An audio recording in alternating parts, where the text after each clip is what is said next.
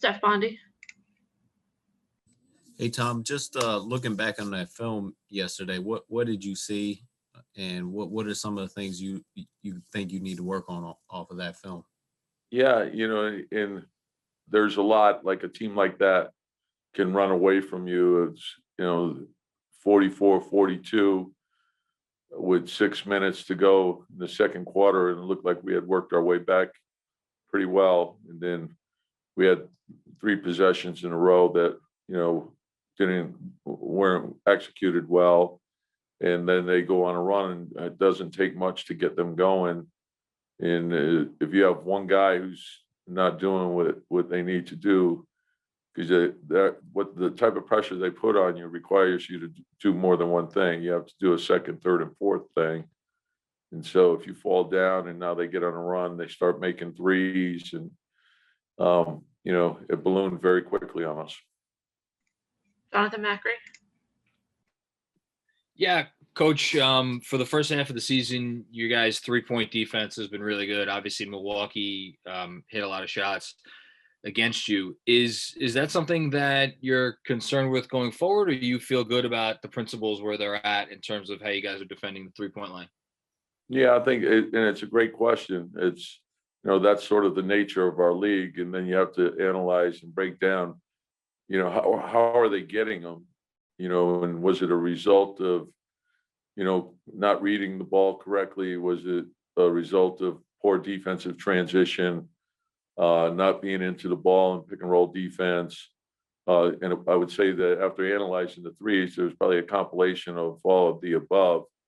And so, and again, you can't work on everything every day. So you try to prioritize the things that you need the most work on. And we have the challenge of, the protocols of when we can practice and how long we can practice. And that's a challenge. So you have to try to make the corrections in the ballroom and with film. And for the most part, our guys have done a good job with that. Mark Berman. Yeah, Tom, the point guard situation, Emmanuel obviously is going to be handling the ball a lot tomorrow. What does he have to maybe improve on in terms of being more of a true type of point guard?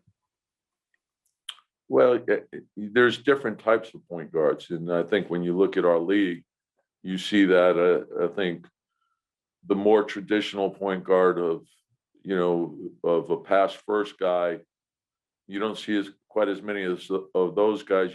You see more scoring type point guards. You see the power point guard, the downhill point guard. So whatever his strengths are, which we think is shooting, the floater, the pick and roll game, puts a lot of pressure on people, and we can play off of that. So you want everyone playing to their strengths, and the game tells you when to shoot the ball and when not to shoot the ball. So just read the game. You're in the paint, second defender comes, hit the open man, downhill, make the right rim read, spray it out, get the open threes. We know the type of shots that we're looking for. And I think with experience, we tend to forget that this is his first year. There's going to be a lot of learning for him. He's done a terrific job. He adds a lot to the team. And, Frank has done a good job for us. We could see Alec Burke in there as well. We run a lot of the offense through Julius, with a 5-out type of motion. And so we need everyone to play well. We're shorthanded. Mike Vorkunov. Hey, Tom, you guys are shooting really well from 3, but you guys are, at the last I checked, 29th in threes per game. Is there a correlation there? Are you shooting well because you're taking a limited amount? And if so, do you want to see him take more? Yeah, no, it's a great question. And it is something that, we're working towards. We want to take the right ones, I guess is the right way to answer that. And it's something that we've worked hard at. And, I believe the league average right now is around 35. And so we'd like to get up to closer to that number. But of course, we want to take the right ones, and getting to the free throw line, getting inside the restricted, those are things that we're concentrating on. And we're still a work in progress. So I think we'll get better as we go. Steve Popper. Hey, Tom, you mentioned protocols and practice. Somebody from the league had told me that they were going back to some almost like start of camp stuff this first week. Are you able to have full practices right now with like the whole team together? Well, there's more testing that we have to go through. And so your shoot arounds are really being done the night before. So you're doing a walkthrough in the ballroom that's limited. So whatever, and every team is dealing with the same thing. So you just try to maximize your time the best you can. You know, when you start mapping it out and you look at how many practices you can have from now to the end of the season, when you factor in your back-to-backs and things like that, it's limited. And so that's why you have to make the most of your time and try to take advantage of, extra film work and that sort of thing. Thank you, Coach. Yep, thanks. Steph Bondi, Daily News.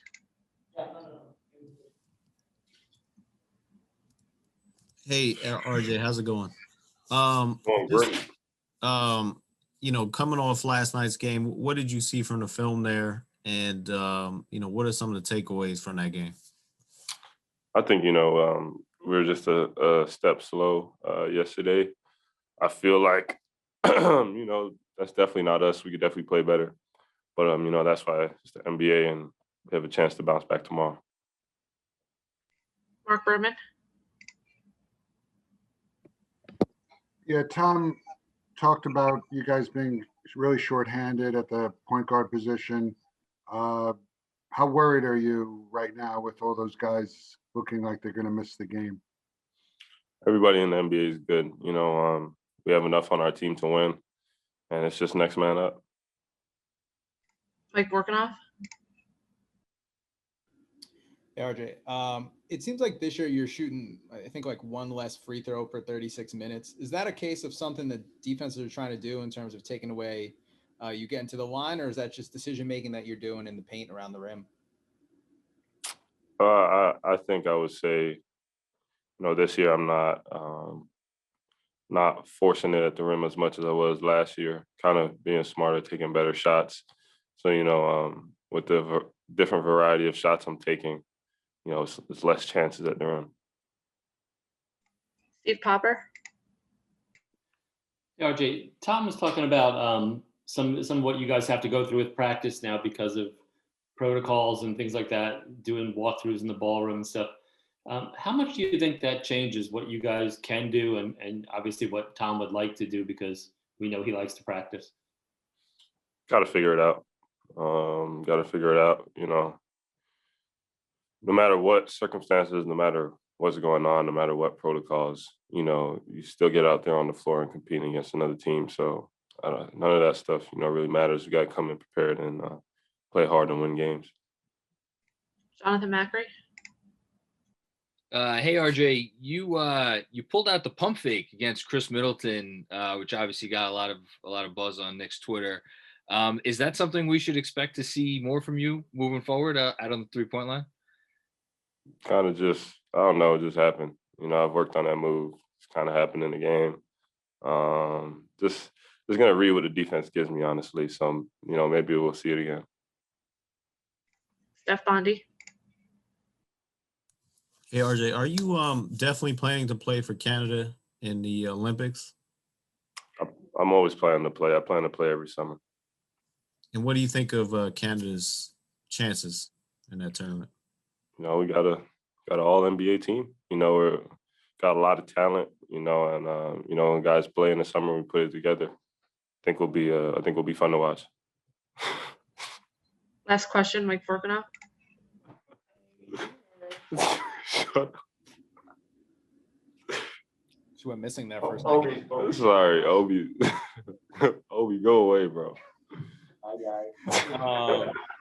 With the Team Canada thing, when you guys play together in the summer, like, do you think that that kind of benefits you at all? Just, I think we've heard stories about how playing for Team USA benefits the guys that have there.